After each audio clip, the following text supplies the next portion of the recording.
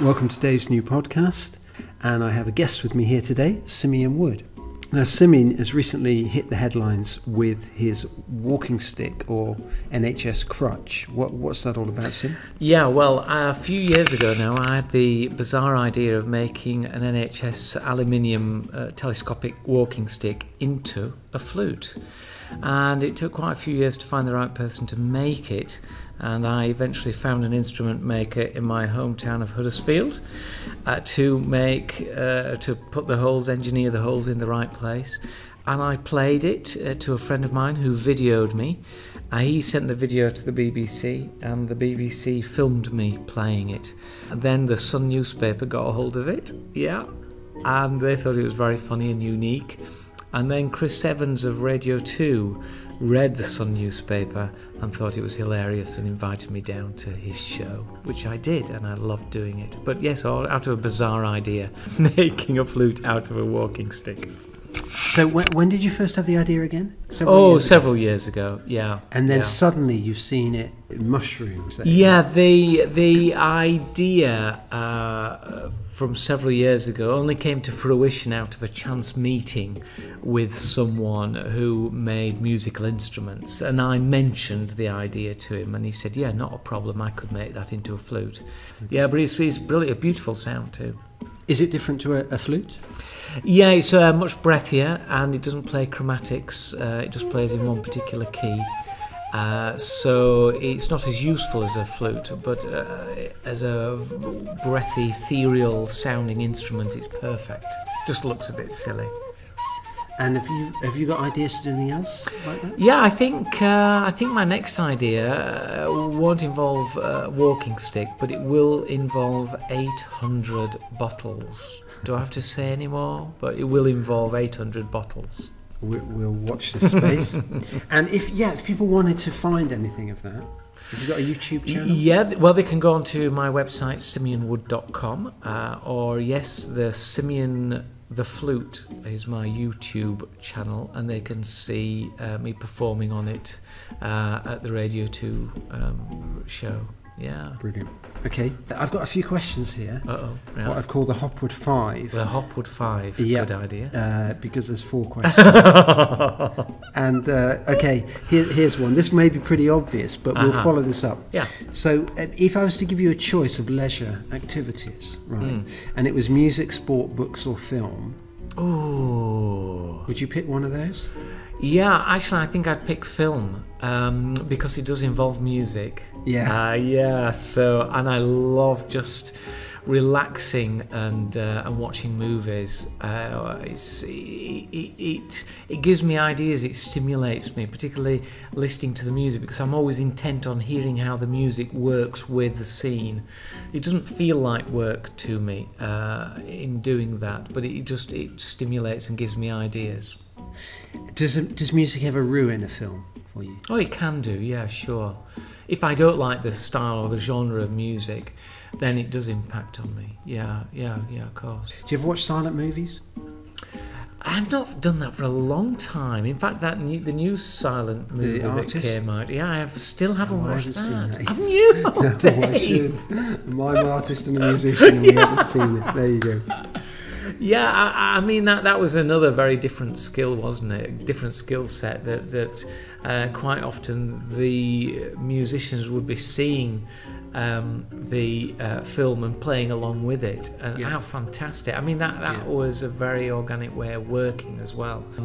But yeah, I love the idea. I love the idea of bringing back silent movies and having organists or pianists in the cinema who are playing along. But a great skill. Although sadly, I think we're probably losing now. Okay, question 2. What makes you laugh? What makes me laugh? Apart from Alan Partridge. What makes me laugh? I think the best jokes for me is where a story will be taking you in one direction, and then the punchline comes from a direction that you're not expecting. I think that for me is the best kind of humour, and also humour that relates to human nature and actual happenings and accidents. I love that idea. that you can tell a true story but slightly twist it in order to make it funny. Right. I mean, it seems to me most humour, even visual humour, is about the unexpected, isn't it? Because even a banana skin, the reason it's funny is you don't expect that person to suddenly fall over or walk into a lamppost or something. It's unexpected, isn't it? Yeah. And going back to the silent movies as well, a lot of that is incredibly visual because they didn't have the opportunity to speak the dialogue. So they had to make it happening, and they had to make the action happen, and it had to be larger than life. It's a bit like listening to a radio commentary. It's much more descriptive than if you were to watch a commentary along with the visuals on TV. Right. And I often prefer that to watching the TV and listening to a commentary. Now, if I said choose between, say, something like Miranda or Yes Minister, which one would you lean towards? I would lean towards Miranda. Would you? It's a little bit more, well, a lot more slapstick. It's slapstick. Yes Minister I used to like because the dialogue was so fast, so quick, and the characters, they grew, did the characters, and of course it went from Yes Minister to Yes Prime Minister. Again, you grew with the characters. Miranda, straight away what you see is what you get, and it's easy humour, easy to get, isn't it? Is there anything about life that you'd like to get rid of, as they say, put into room 101? Any particular things? Yeah, well, on the music front, I think it's probably the cars that play loud music as they're driving past. Right. Yeah, it's just all noise. you hear is the rhythm often, isn't it? Yeah, it's noise pollution, and I really don't need to hear it. If they could soundproof cars, I'm happy for them to play it as loud as they want, but I really don't want to hear it. Yeah, okay, if you come across something you really love, do you ever play it loud in your car as you're driving? Yeah, all right, yeah, I do. Obviously, but that's different. That's different. Yeah, that's got class. Nothing wrong with Barry Manilow being played loud. Do you think there's such a thing as bad music? I think music can be badly played, badly engineered, badly performed, either because of tuning or because people are not playing in time. I think that's the only time that it becomes bad, that I would dare say that is bad. Right.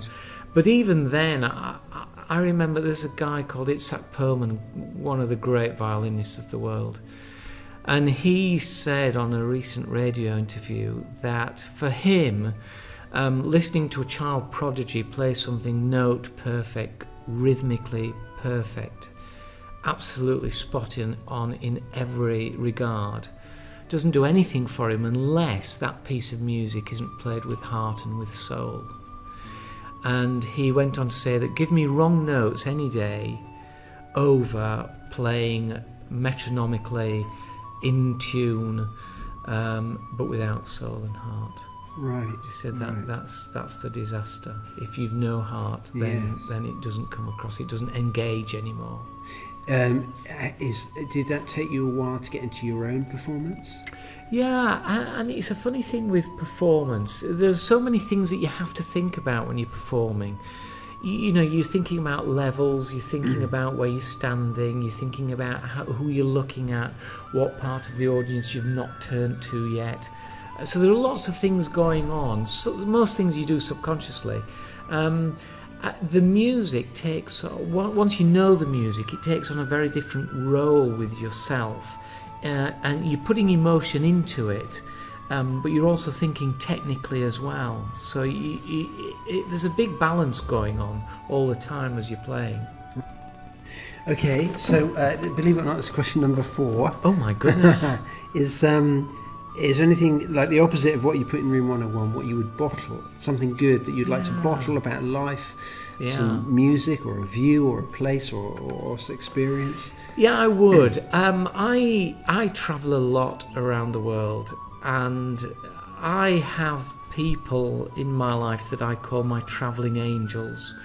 When everything's gone wrong, luggage lost, planes missed, cruise ships not turning up. When things go wrong like that, you're in the hands of those people that come to your help, come to your aid. And I've had many of those experiences, and I'd love to bottle those people that just come along and out of the goodness of their heart see the problem and see the situation and go out of their way to help you, knowing that they'll never see you again, knowing that you may not remember their help. But it makes me feel proud of human nature when I see things like that and I experience things like that, and I'd love to bottle that for people to open and say, oh, you're right, that's what it feels like.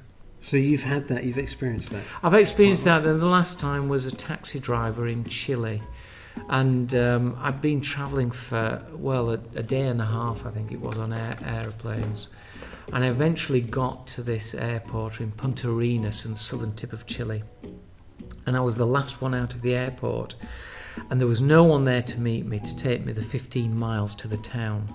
But there was one taxi driver left, and I had no money at all, couldn't get any out of the cash machine. And he took me to a hotel, 15 miles, free of charge, took me to the hotel, put me up in the hotel. Yeah, put me up in the hotel. And he explained to the hotel manager that he would then later go to the port official in order to get reimbursed for all the money that he'd paid out. Isn't that amazing, though, that someone would do that? Wow. To risk doing that. Yeah, yeah. So yeah, that he and I wrote a piece of music for him actually, which is called "Warm in Chile," which I know is a bit corny title, but because of his warm-heartedness, I really wanted to do that. So he'll never hear that piece. I never kept in touch with him. But when I was so low and I had nothing at all, he was there, ready to help. Very sweet. Yeah. Real embodiment of the old Good Samaritan. Isn't it? Story, isn't it? Yeah. But there were two others involved that turned me down. He was the only one there. Yeah. But yeah, it was super. Great. Okay. Question number 5, last one, is when you have to go on stage, do you ever get bored playing the same pieces? Because presumably you know some pieces really work. I do. You know them really well. Can you play them without thinking? Do you ever switch off? I can switch off, and I learned a very important lesson some years ago listening to the radio. There was several interviews with concert pianists, and they were all asked the same question about memory. And John Lill, an incredible piano player, British piano player, who's devoted much of his life to learning to play and performing Beethoven in particular. And he said that the worst thing that you can do is to start thinking about what comes next. And it's true, because while you're thinking what comes next, your mind can play terrible tricks and suggest to you that you can't remember what comes next. And by the time all that's gone on, what comes next has happened, right? And you should have been playing it. So the best thing is not to think about it. So I can quite easily be thinking about other things. I'm not saying necessarily what's in the oven or what's for supper tonight, but I can be thinking about the expression of the piece. I can be thinking about, are my fingers working properly? Am I in tune? But thinking about what note comes next is a disaster, particularly with a very fast pace. Right. But you're always present to the experience. You never find that your mind has wandered. No, my mind has wandered. I can't deny that. It does wander, and I think most people's would. Yeah. Itzhak Perlman, who I told you about earlier, he suffered from polio as a child and often performs sitting in a wheelchair. Right. And 2 occasions he tells these stories of one time he was playing so violently that his wheelchair tipped up, but he just carried on playing. as his back was on the floor and he was playing to the ceiling. He just carried on playing. Did he know? He knew he'd done that. Right. But the other time, where he wasn't conscious of what had happened, Right. his eyes were closed, he was playing away, I don't know, Dvorak violin concerto or something, and he was playing away.